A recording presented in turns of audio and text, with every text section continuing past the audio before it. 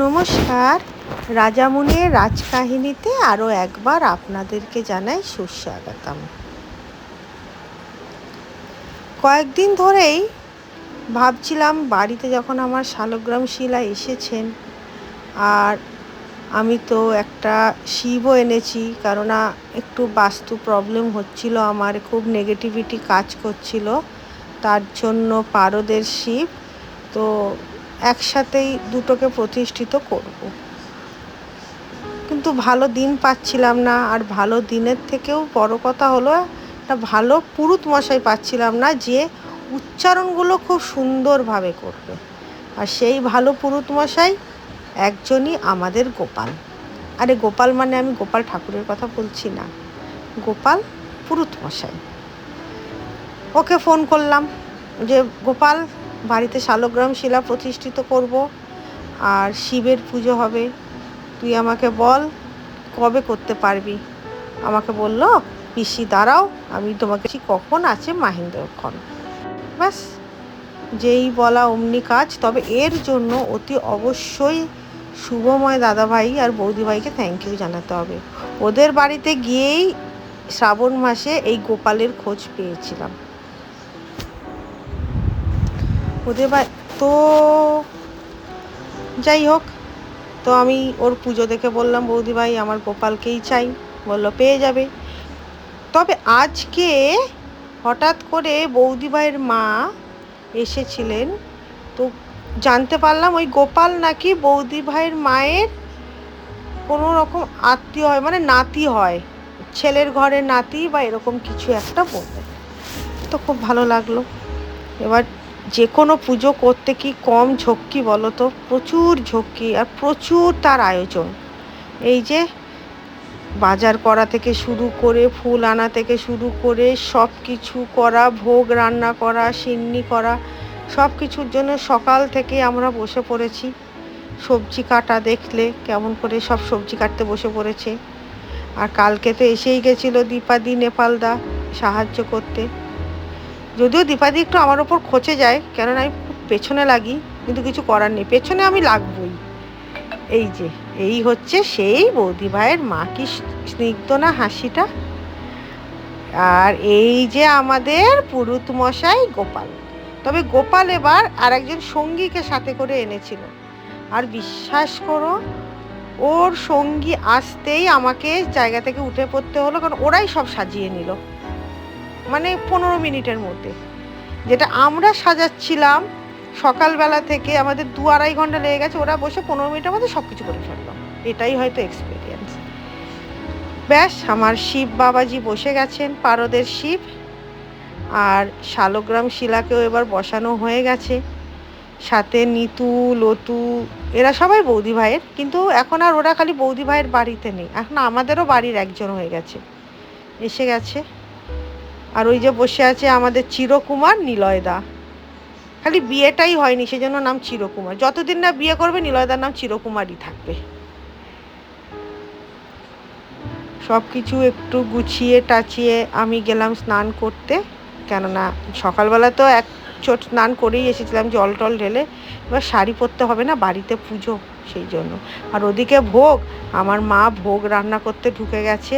আর এখানে প্রিন্স একদম যে না খেয়ে থাকতে পারে না, সে বলতে গেলে পুরো নির্জলা উপোস, কিচ্ছু খায়নি, না খেয়ে বসে পড়েছে। আজকে বলেছে আমি যে নির্জলার থেকে পুজো করব। একদম সকালবেলা উঠে সব কিছু এনে দিয়ে গুড বয়ের মতো স্নান করে ধুতি পরে গায়ে চেলি দিয়ে বসে পড়ল পুজো করতে। আর এইদিকে সব তুলসী পাতা বাছাই হচ্ছে, ওইদিকে হচ্ছে তোমাদের বেলপাতা বাছাই। কিন্তু বেলপাতা 108 করে 3বার বাঁচতে গিয়ে আজকে দীপাদি আর নেপালদাকে অনেকটাই বেগ পেতে হয়েছে, কেননা নিলয়দাকে আমি ভুল করে বলে ফেলেছি একটা অন্য নাম, আসলে খুব টায়ার্ড তো সেই জন্য। দীপাদি আবার শুধরে দিল, ওটা নিলয়। কি অবস্থা বলো তো আমার, লোকের নাম ভুলে যাচ্ছি। ও যাকগে, নামে কি এসে যায়, তাই না বলো তো? না, এই যে শিব দেখছো পাথরে বসানো আছে, পাথরের বাটিতে। এবার শিবকে স্নান করানো হবে। বেসিক্যালি আমি যেটা রুদ্রাভিষেক বলছিলাম, আজকে জানলাম আজকে আমার বাড়িতে শিব প্রতিষ্ঠিত হলো, মানে আজকে আমার বাড়ির জন্য শিবের আজকে জন্মদিন। আর শ্রাবণ মাসে যেটা হবে, প্রতি সোমবার করে যেটা হয়, দাদাভাইয়ের বাড়িতে হয় প্রথম সোমবার, এবার থেকে শ্রাবণ মাসের দ্বিতীয় সোমবার আমার বাড়িতে হবে রুদ্রাভিষেক।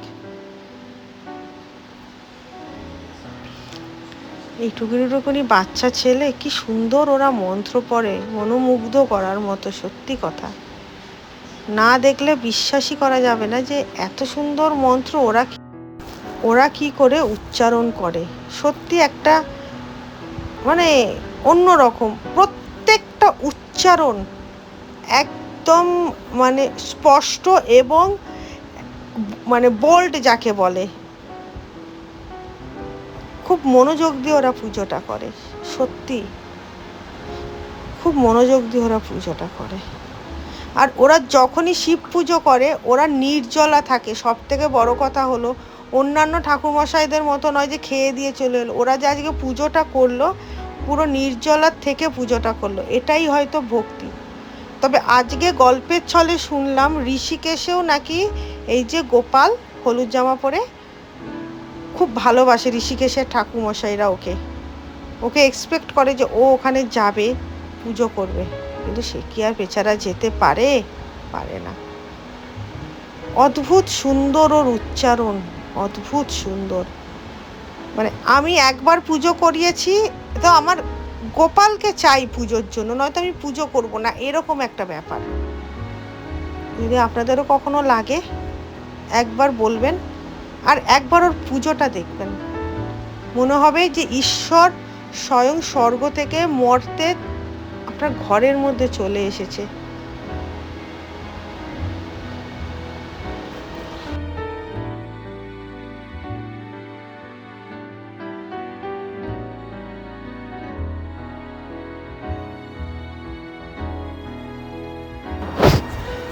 আসল শালগ্রাম যে শিলা, যে পাথর হলো অত্যন্ত মূল্যবান গাঢ় পাথর, যা সাধারণত নেপালের মুস্তাং জেলার কালীগণ্ডকী নদীর উপত্যকায় পাওয়া যায়। স্থানটি শালিগ্রাম ক্ষেত্র এবং কিংবা বলা যেতে পারে মুক্তিক্ষেত্র নামেও ব্যাপকভাবে পরিচিত। হিন্দু এবং বৈষ্ণব সম্প্রদায় এটিকে শিলা আকারে ভগবান বিষ্ণুর উপস্থিতি বলে বিশ্বাস করে। তবে শালগ্রাম শিলা কিন্তু এভাবে আপনি কিনতে পারবেন না, এটা কিন্তু খুব ন্যাচারাল একটা শিলা। শালিগ্রামের প্রকৃত উৎপত্তিস্থল দামোদর কুণ্ডু লেকের নাম, এটা দামোদর কুণ্ডু হলো লেকের নাম, যা দামোদর হিমালয়ের কোলে অবস্থিত। তবে সঠিক অবস্থান যা মুক্তিনাথ মন্দির থেকে অনেকটাই দূরে। শালিগ্রাম ক্ষেত্র অঞ্চল প্রায় উল্লম্বভাবে প্রসারিত। ঊর্ধ্ব মুস্তাং এর উত্তর অঞ্চল থেকে নেপালের দক্ষিণ অংশ পর্যন্ত, যার নাম রুরু এবং নারায়ণী জলপথ। কালীগণ্ডকী হলো প্রাচীনতম এবং বৃহত্তম একটা পবিত্র নদীগুলোর মধ্যে একটা, যা উত্তর থেকে নেপালের দক্ষিণ, ভাবতে পারছেন, উত্তর থেকে নেপাল পুরোটাই প্রবাহিত হয়। কখনো কখনো একে কৃষ্ণগণ্ডকী বা গণ্ডকী নামেও ডাকা হয়। সবথেকে উল্লেখযোগ্য ব্যাপার হলো এটি ভারতের গঙ্গা নদীর বৃহত্তম উপনদীগুলোর মধ্যে একটি। কত কিছুই না আমাদের অজানা বলো তো। যাই হোক, কালীগণ্ডকী নদীর সঠিক উৎপত্তিস্থল সম্পর্কে বলা খুবই কঠিন, কারণ এটির অনেক উপনদী রয়েছে এবং দুটি জলধারা সঙ্গমের পরে এই স্রোতের ভিন্ন নাম দেওয়া হয়েছিল। মুক্তিক্ষেত্রের মধ্যে প্রচুর পুকুর জলাভূমি রয়েছে। যাই হোক, বেশি কিছু আর বলবো না।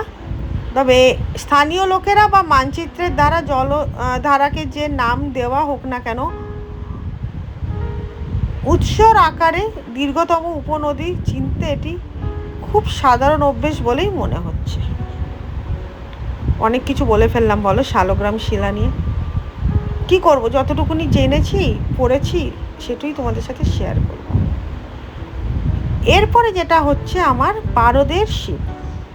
বলে বাড়ির নেগেটিভিটি আর বাস্তু যদি খারাপ হয় বা কোনো সমস্যা থাকে বাস্তুতে, সব থেকে বেস্ট রেমেডি হচ্ছে পারদের শিব।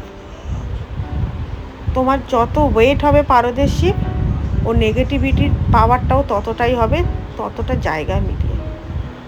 সবাই তো আর অনেক অনেক টাকা খরচা করতে পারে না, তো যতটুকুনি সম্ভব ততটুকুনি। তো আমিও খুব একটা বড় পারদের শিব কিনিনি, তবে পারদের শিব কেনার একটা মাপ আছে বুড়ো আঙ্গুল অবধি, সেটা আমাকে দোকানে দেখিয়েছিল, আমি ভুলে গেছি এখন। আমি কোনোদিনও জানতে পারলে আমি ডেফিনেটলি তোমাদের সাথে শেয়ার করব। তো যাই হোক, পারদের শিবেরও প্রতিষ্ঠিত হয়ে গেল, আমার নারায়ণও বসে পড়লেন। এবার হবে পুজো। কিন্তু পুজোটা অদ্ভুত সুন্দরভাবে করলো। পুজো আমার শুরু হয়েছিল ওই 12:30 থেকে 1:45, শেষ হয়েছে 5:30। আর এই যে ভোগ, অন্নভোগ, লুচি ভোগ, অনেক কিছু ছিল, খিচুড়ি, ফুলকপি আলুর তরকারি, মিক্সড ভেজ, 5 রকম ভাজা, লুচি, আচ্ছা সুজি, পায়েস, চাটনি, জল, মিষ্টি। আর এই যে জেঠিমা এখন বসে বসে 108খানা দুব্বা বাচ্চা একদম ফ্রেশ, যেটা যাবে হোমে, সাথে যাবে হচ্ছে 108খানা বেলপাতা। এই যে দুব্ব যেটা হোমে যাবে সেটা নারায়ণকে উৎসর্গ করা হবে, আর যেটা বেলপাতা সেটা শিবকে উৎসর্গ করা হবে।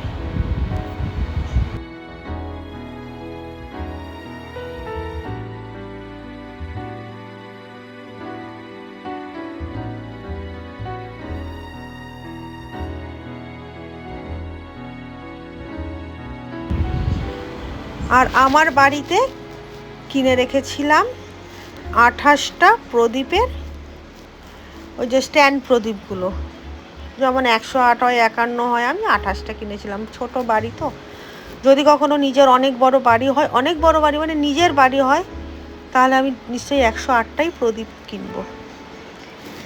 তো সেটা দিয়ে আরতি চলছে, প্রদীপ 108টা, পঞ্চমুখী প্রদীপ, আরও যা যা লাগে সব দিয়ে আমাদের ঠাকুরমশাই সুন্দর করে আরতিটা করে। কি সুন্দর আলোকিত লাগছিল, ঠাকুরের মুখটা যেন জল করছিল।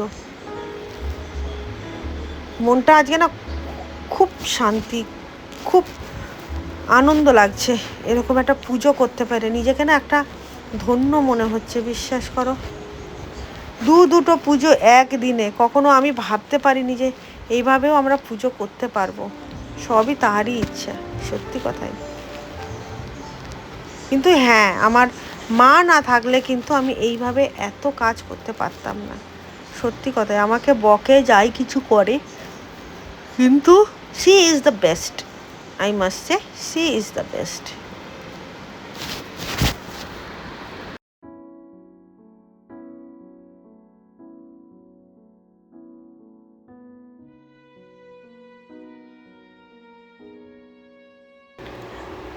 আর এই যে জেঠিমা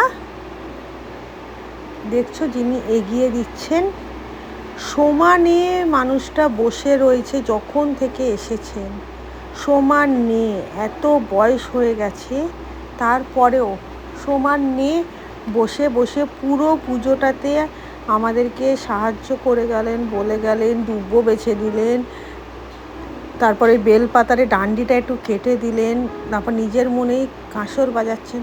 আসলে ওনাদের বাড়িতে শিব পুজো হয় তো, তো সেই জন্য ওনারা মানে অভ্যস্ত এইসবে।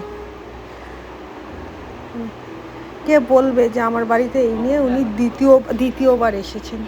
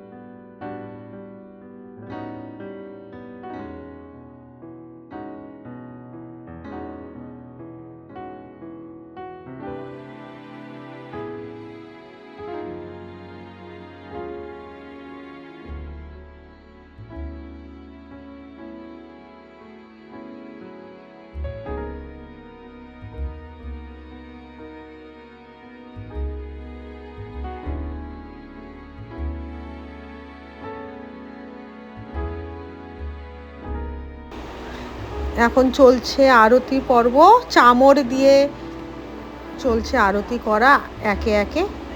এরপরে যেটা হচ্ছে সেটা হচ্ছে ঠাকুরকে ভোগ নিবেদন।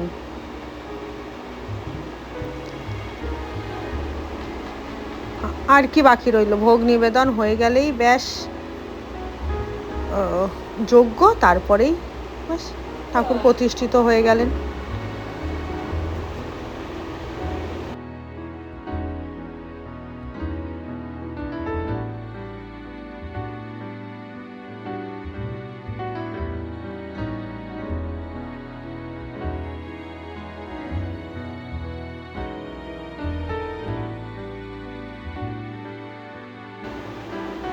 এবার শেষ অধ্যায়ে আমরা পৌঁছে গেছি, যেটা হচ্ছে যজ্ঞ।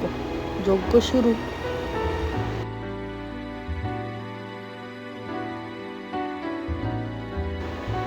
কতটা আগুনের আঁচ উঠেছিল, এত ভাল লাগছিল না, মানে কি বলবো। আর যজ্ঞটা এত ভালো করে গোপাল করলো, সেটা না বললেই নয়। 108টা দুব্য গুনে গুনে ও দিয়েছে, সেখানে কোনো ফাঁকি দেয়নি, এটাই সব থেকে বড় কথা। আর তারপরে বেলপাতা, আর সবশেষে ওর উচ্চারণ একবার শোনো।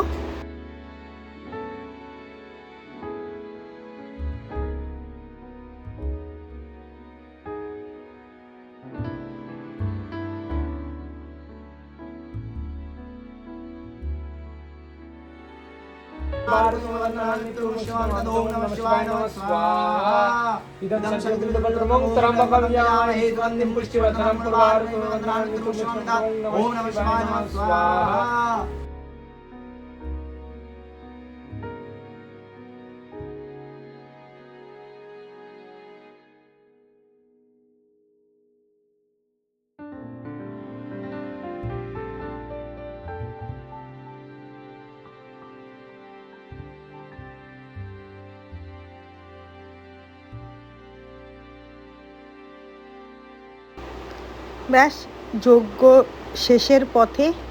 এবার নারকেল আরও যা যা সামগ্রী রাখে সব কিছু দিয়ে যজ্ঞের আগুনে আহুতি দেওয়া হলো। তবে আজকে একটা নতুন ধরনের দেখলাম দুধ দেওয়া। আমি এরকম করে দুধ কখনো যজ্ঞে দিতে দেখিনি, যে সেটা আমি ভিডিওও করেছি, দেখো তোমরা। মানে হাত থেকে কনুই অবধি মেপে সেটা, সেই দুধটা গিয়ে পড়বে হচ্ছে যজ্ঞে। অন্য রকম, দেখো এই দেখো। আর কি, আমার ঘরে নারায়ণশিলা আর প্রতিষ্ঠিত হয়ে গেল, সাথে হলো শিব। এবার থেকে শ্রাবণ মাসে আমার বাড়িতে শিব পুজো হবে দ্বিতীয় সোমবার করে। আজ তাহলে এইটুকু, আবার আসবো কোনো আর একদিন নতুন একটা ব্লগ নিয়ে রাজামনের রাজকাহিনীতে। ততক্ষণ তোমরা সবাই ভালো থেকো, সুস্থ থেকো, এই কামনা করি। আর ব্লগটা যদি ভালো লাগে একটা লাইক, শেয়ার আর কমেন্ট করে দিও। আর যদি সম্ভব হয় তাহলে সাবস্ক্রাইব করো। ততক্ষণ টাটা।